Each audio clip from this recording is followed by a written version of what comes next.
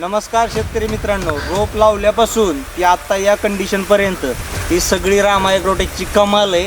Route magic, नॅनोशक्ती, बायोसृष्टी, Rama gold, सायझर हे आत्तापर्यंत या कंडिशनला या झाडं आलेली आहेत माझी. आणि त्यातली त्यात सगळ्यात उत्तम, जसा घरातला प्रमुख करता माणूस असतो तसं करता म्हणलं तर एक फक्त आणि फक्त नेमकरंज.